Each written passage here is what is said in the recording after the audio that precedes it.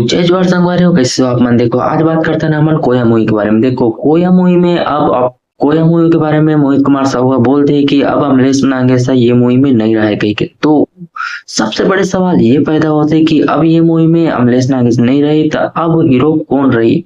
और वैसे भी हमारे यहाँ कोया मूवी में अमलेश नागेश के अलावा कोई और इमेजिन नहीं कर सकते, काबर कि ये बहुत बड़े बिग बजट में बनने वाला है। और अमलेश नागेश ये मूवी बनाए पर बहुत ज्यादा मेहनत करने वाला रीस और करत भी रीस और शूटिंग के लिए लोकेशन भी ढूंढत रही से। तो भाई एक बात तो पक्का है, हम फ्रेंड्स मन के ना दिल टूट गए, काबर कि कोया मूवी में हमारे अमलेश नागेश ला देखना चाहते हैं और ओकर अलावा कोई ला और इमेजिन नहीं कर सकत रहे।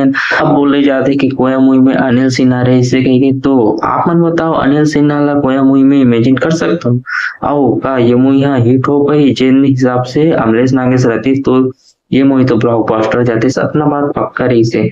तो भाई अब आप मन बताओ, आप मन के क्या राय है ये मूवी से रिलेटेड।